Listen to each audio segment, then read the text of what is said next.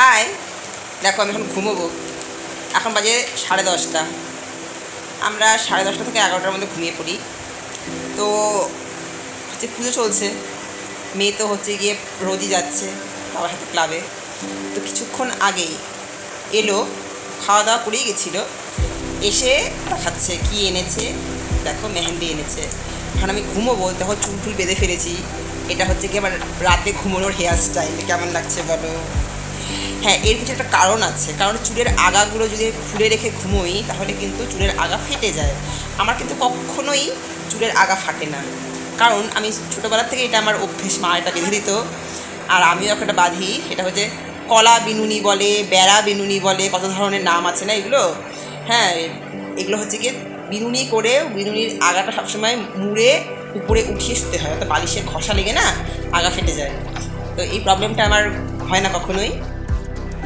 এই দেখো, আজকে আমি মেহেন্দি করব এই হাতে, পরের দিন এই হাতে করব। এই হাতে আমি এতখানি করার ইচ্ছে, এই হাতে এতখানি। আচ্ছা ঠিক আছে, চলো শুরু করো।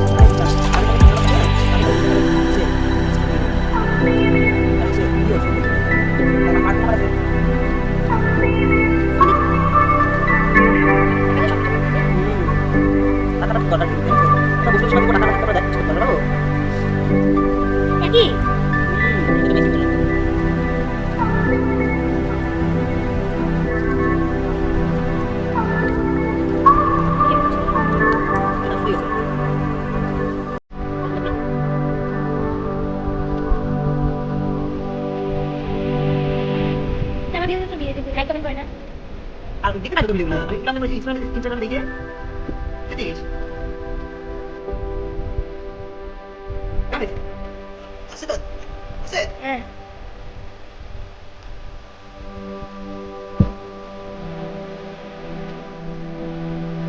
আপনারা কি এই ম্যাচে ম্যাচিং করতে হবে নাকি? হ্যাঁ, সেটা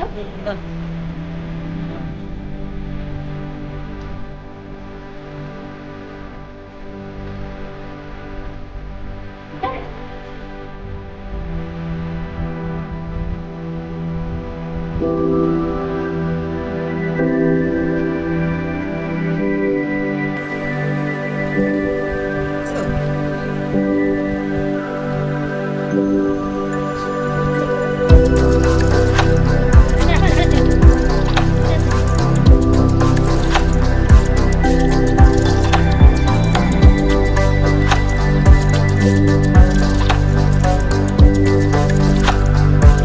করে এই জায়গাটা পুরো বেশি করে দিয়ে দে তারপর হয়ে যাবে এটা নোট করে যে সামনের মেহেন্দির ডিজাইনটা, হাতের যে তলাটা, আর পিছনেরটা করছি এইটাই। এটা হচ্ছে রিভার্সে যাব আমি এখন। নাও পিছনে ব্যাক করো। ইয়েস, না পরে নাচিস রে বাবা। নে দে, পিছনে শুকিয়ে যাচ্ছে তো, একবার দিতে হবে। নে তাড়াতাড়ি কর, নে ধর ধর ধর ধর ধর। বেশি তো মেহেন্দি তো আমি একাই করি। হ্যাঁ হ্যাঁ, নাও। আমার এটাতে অনুষ্ঠান, তার জন্য মাকে বললাম কই দাও। মা কানে একটু ভালো বুদ্ধি আছে তো, তাই না? তাই না, তাই না, তাই। হ্যাঁ হ্যাঁ, ঠিক আছে, প্রমিস করছি। তুই বলিনি শিখবি নাকি? না না, পুলিশ হাজার তোকে কত মুখ দেখাই দিয়েছো। তুই বলিনি শিখবি নাকি? আমি শাস্তি দিতে মনে আছে, প্লিজ তুই। ও বলেছিল নাকি তুই শিখবি নাকি? না না, কেন? আমি শিখবো না, জানি অনেক কাপড় দিতে ইনকাম করবো না। আমি জীবনে ইনকাম করেছি। এত নারাস না, দাঁড়া। এই হলো পিছনের লুক। সামনে দেখি, সামনে সামনে। ইয়ে ওয়াও, আমি দিয়েছি, আমি নিজে নিজে ওয়াও ওয়াও করছি।